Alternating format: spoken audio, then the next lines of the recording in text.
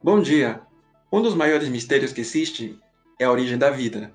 E nessa caminhada, entender por que certos lugares do planeta possuem tanta biodiversidade é o motivo da nossa apresentação. Nessa viagem, vamos entender e compreender como é que estruturas gigantes do nosso continente interagem. E essas estruturas são o mar peruano, os Andes e a Amazônia. Por um lado, o mar peruano é um dos mares mais ricos, biodiversos e produtivos do mundo. Por outra parte, a bacia do rio Amazonas possui o maior índice de biodiversidade da Terra e possivelmente seja um dos maiores da história do nosso planeta. Além disso, a América do Sul possui um trecho importante da Cordilheira dos Andes, que é a cordilheira mais extensa do planeta. Certamente, ela influencia muito na climatologia, na distribuição e organização dos seres vivos da América do Sul. Quando a gente tenta entender a vida numa escala global, reparamos que ela interage com a distribuição desigual da radiação solar, a circulação das correntes marinhas e a circulação dos ventos. Neste último, a gente escolheu estrategicamente os ventos alísios, porque eles participam, interagem diretamente na linha equatorial. Vemos no hemisfério sul que eles estão subindo e também no hemisfério norte que eles estão descendo. Aí a gente repara que o nosso continente é atingido por esses fluxos de vento. Então, reparamos que a Amazônia, a Cordilheira dos Andes e o Oceano Pacífico estão em contínua interação com esses tipos de ventos.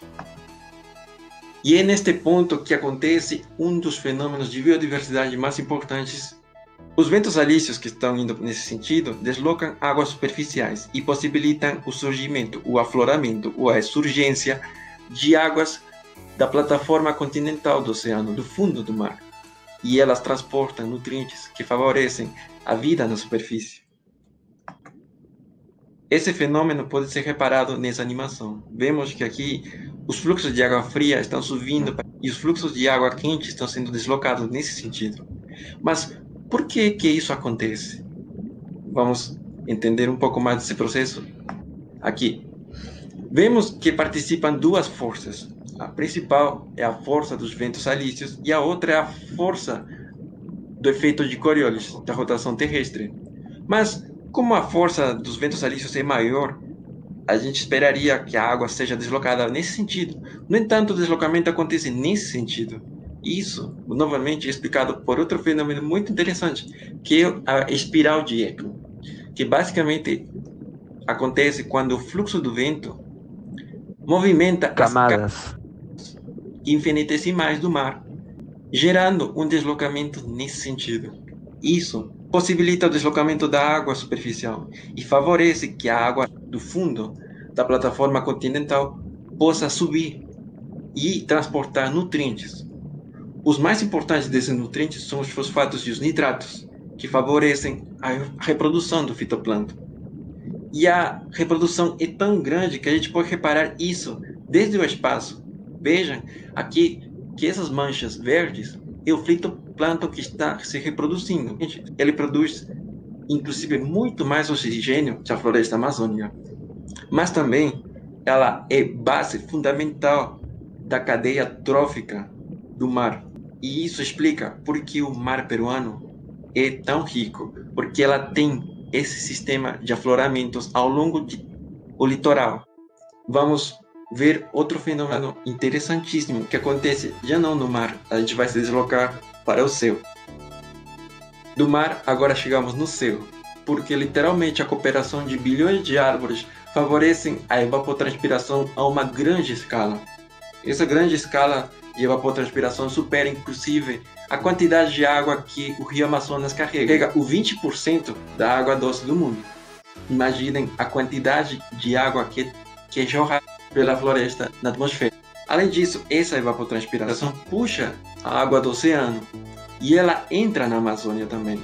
Isso carrega ainda mais a atmosfera da Amazônia, possibilitando chuvas em grande quantidade e também a exportação de água para outras regiões, como o sudeste e o sul do Brasil e o norte da Argentina.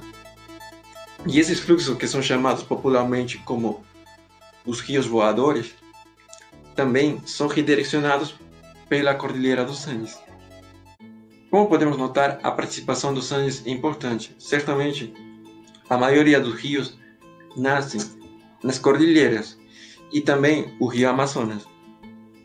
Além disso, o rio dos Andes transporta sedimentos, nutrientes e sais minerais que são distribuídos tanto na área da Amazônia quanto na área costeira e também no Mar Pacífico. Um dos maiores encontros dos rios únicos acontece em Manaus. E esse fenômeno representa o encontro dos rios das cordilheiras e o encontro dos rios da Amazônia.